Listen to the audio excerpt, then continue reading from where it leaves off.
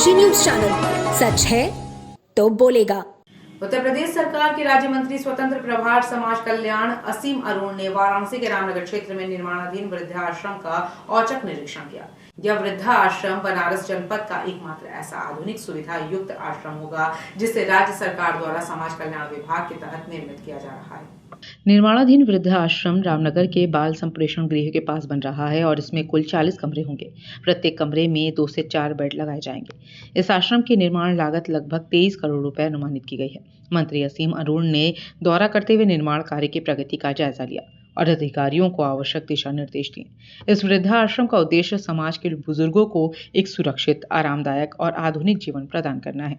मंत्री असीम अरुण ने इस दौरान कहा कि सरकार बुजुर्गों की भलाई के लिए प्रतिबद्ध है और इस आश्रम के पूरा होने के बाद वे समाज के बुजुर्गों को एक नई उम्मीद और सुरक्षा प्रदान करेंगे। उन्होंने अधिकारियों को निर्माण कार्य को जल्द पूरा करने के निर्देश दिए और कहा कि इस प्रकार के आश्रमों का निर्माण राज्य सरकार की प्राथमिकता में है ताकि बुजुर्गों को उनके जीवन के इस महत्वपूर्ण समय में आराम और सम्मानजनक वातावरण मिल सके। मंत्री असीम अरुण ने इस निरीक्षण के दौरान निर्माण कार्य की गुणवत्ता पर भी जोर दिया और कहा कि किसी भी प्रकार की लापरवाही बर्दाश्त नहीं की जाएगी। प्रदेश के वाराणसी जनपद के रामनगर में लगभग 23 करोड़ की लागत से बनकर तैयार होगा वृद्धावन आश्रम। ऐसे में हम आपको तस्वीरों में दिखाने की कोशिश करेंगे। ये रामनगर बच्चा जेल के बगल का एरिया है जहां पर लगभग 23 करोड़ की लागत से यहां पर वृद्धा आश्रम तैयार होगा। इसकी रूम जो है लगभग 40 रूम बनेंगे और लगभग 100 वृद्धा आश्रम 100 बेड यानी 100 बेड रहने की व्यवस्था होगी, जिसमें हर रूम में लगभग 2 से 3 वृद्धा महिलाएं रह सकती हैं। ऐसे में आज वाराणसी के रामनगर में उत्तर प्रदेश के माननीय राज्य मंत्री समाज कल्याण असीम अरुण जी यहां पहुंचे और उन्होंने यहां का निरीक्षण किया और यहां के जो अधिकारी हैं उनको दिशा निर्देश दिए।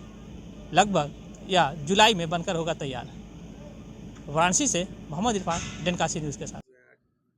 प्रधानमंत्री मोदी जी ने अपेक्षा की कि वाराणसी में एक ऐसा अत्याधुनिक वृद्धाश्रम बनाया जाए जो दुनिया के सबसे अच्छे मानकों के अनुरूप हो। साथ साथ ये भी विचार हुआ कि केवल वृद्धजन ही क्यों रहें, कुछ वहाँ पे बच्चे भी रहें, कुछ वहाँ पे महिलाएं भी रहें, ताकि एक पूरा पारिवारिक माहौल हो। और मैं बहुत आभारी हूँ नॉर्दर्न कोलफील्ड्स लिमिटेड का, जिनके द्वारा इस पूरे प्रोजेक्ट को CSR में एग्जीक्यूट किया रहा है। ज़मीन समाज कल्याण विभाग ने दी है, लेकिन पूरा कंस्ट्रक्शन और फिलहाल 3 साल का इसका पूरा प्रबंधन भी NCL द्वारा किया जाएगा। जैसा हम देख रहे हैं 1 साल के अंदर इस काम को पूरा करने का निर्णय हुआ था। काम अच्छी गुणवत्ता का हो रहा है, बहुत तेजी से हो रहा है। मुझे दिखता है कि जो टारगेट था 1 साल के अंदर ही काम पूरा हो जाएगा।